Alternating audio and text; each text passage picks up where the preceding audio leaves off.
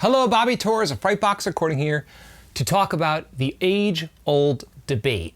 Should you or should you not be recording bands for free in order to kickstart your career as a recording engineer? Now, in general, there are two schools of thought when it comes to this topic. Some people believe that you should absolutely never, ever record for free or do any service or provide any service for free ever. Now, on the other side of that coin, there are other people that really believe that if you do free work at first, you end up getting your foot in the door and then eventually you could start charging clients. Now, before I give you my opinion on what I think you should maybe try doing, I'll tell you the path that I took when I first got into audio production. Now, I'm a strange case. I really never planned on becoming a recording engineer or producer. And to be honest with you, at first, I really had no interest in it. When I was younger, all I really cared about was my own music and playing shows with my own band. I had absolutely no interest in working with other artists. But after getting into production and recording my own music, back in the day on MySpace, people would hit me up asking, hey, who recorded your demo?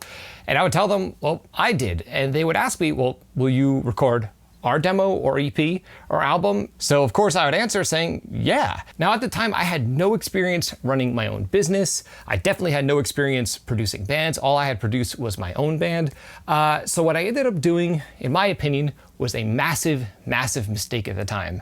I would charge these bands really, really cheap. So I would never do free work, but I would do cheap work, and often with bands that are not that great. In other words, I was not that selective at all with the bands that I would let in my studio. I would pretty much record anyone at all. It doesn't matter what genre, what quality of artist they were, if they came in prepared, if they were super prepared, it didn't matter. I would literally record anyone. Now, what happened with me early on is that because I was recording everyone for so cheap, I would get hit up by so many local bands, and unfortunately, most of them weren't that great. And we have to remember this, that birds of a feather flock together. So bands that aren't that great are generally hanging around other bands that are not that great, that are not gonna be willing to pay a premium for quality service. Unfortunately, that's just the reality. Now, I'm generalizing here, but more often than not, that's how it's been in my own experience. So to make a long story short, I wasted so many years working with bands that I wasn't that crazy about and just running myself into the ground, spending way too many hours in the studio. And I wasn't doing work for free. I was making money. I was just charging way too cheap. Now, if I were to redo it all over from scratch, if I could go back in time and tell my younger self what to do, this is what I would do. I would not work with bad bands for cheap at all. What I would do is find bands that I really, really like in my area, that are professional, prepared, they have something going on. In other words, bands that are not messing around. And I would offer to do one song for free, whether it's recording a song, fully producing a song and mixing a song, or maybe even just mixing a song if I'm talking to a band that might not be local to my area. One song. Not two songs, not three songs, not an EP, not an album. We have to remember, an EP takes a long time to produce, an album takes a very long time to produce. We're talking one little nugget of quality work that you offer for free to a quality band. Now, why am I recommending this approach? It's simple. If you do a killer job with a band that has something going on, they're playing a lot of shows, we have to remember that, again, that bands that are in that league, even if they're not fully professional touring bands yet, are most likely friends and playing with other bands that are of the same quality. And what do you think is gonna happen if you do a great job?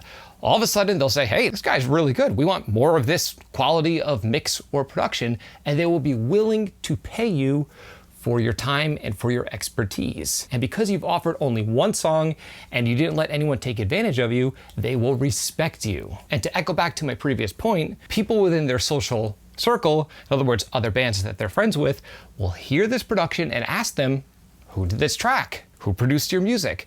And when they mention your name, you'll get the call. So in a sense, you'll be bypassing all the years that I went through working with bands that aren't that great for very little money. The other point I want to bring up here is that bands that are serious and really taking their career seriously and just want to be known as a professional act in the industry will be willing to pay a premium for true quality work and production quality. Bands that are kind of half-assing it, messing around, not taking themselves seriously, not doing pre-production, they don't really value their time because they don't even fully comprehend what goes into producing a professional sounding production or EP or album or single or whatever. So that's my stance on free work. I believe if you're starting out and once you have some skills under your belt and you're making your own music sound pretty good, to go out there and find one, maybe two bands, maybe three bands, and do just a single. Remember, a single. You want to give them just enough where they fully realize how awesome you are to work with, the quality that you're capable of producing, but without you having to sacrifice too much time. It will definitely 100% beat working with bands that aren't great for cheap, because if you do that, all you're gonna do, and take it from a guy who's been there, is attract other bands in that league. And remember, time is one resource we can never get back. If you're spending all this time with bands that aren't that great, that's time you could be spending with really talented musicians who are not messing around. Now, acquiring clients is something that a lot of people ask me, and I've talked about a little bit in my viewer questions answered video series. Now, I just want to quickly read you an email that was sent to me last week by an email subscriber who took my advice on this topic, and let's see how it worked out for him.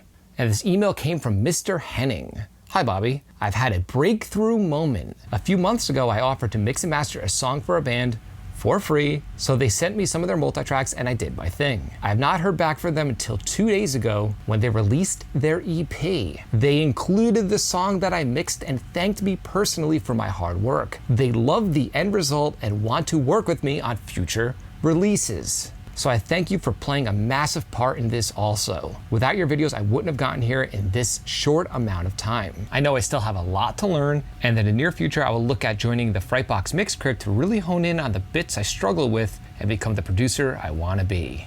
So this right here is a real world example of what I'm talking about. Henning took action, found the band that he really liked, shot them a message and offered to do one song for free. And it might have taken a few months, but they hit him back and now they want to work with him on future releases. Which is great because not only will he be working with a band that he really likes, but he'll be making a little bit of side income. And believe me, this will grow into multiple clients when the friends of this band hear his mix. And this is how you grow your client base in the real world. The question is, do you want to grow your client base working with not that great bands or with high quality bands that take their jobs seriously? So I'm curious to know, what do you think of this topic? Are you one of these people that believe that you should never work for free and that you should always value your time? Or do you think that you should do some free work in order to kickstart your production career? Please let me know your thoughts by leaving a comment below. I'd love to hear your opinion. If you found this video helpful, like, comment, subscribe, and share. And do not forget to click the little bell icon so you can be notified every time I upload one of my weekly videos on all things metal and rock production. If you're interested in some Frightbox swag, I've got t-shirts, mugs, and other cool stuff on the way. There's a link below in this video's description to the Frightbox merch store. And you can download my custom guitar cabinet pulse response for absolutely free. Just download it and load it up into your favorite amp synth plugin to get right to dialing in killer metal guitar tone with absolute ease. Again, there's a link below in this video's description. And until next time, happy recording.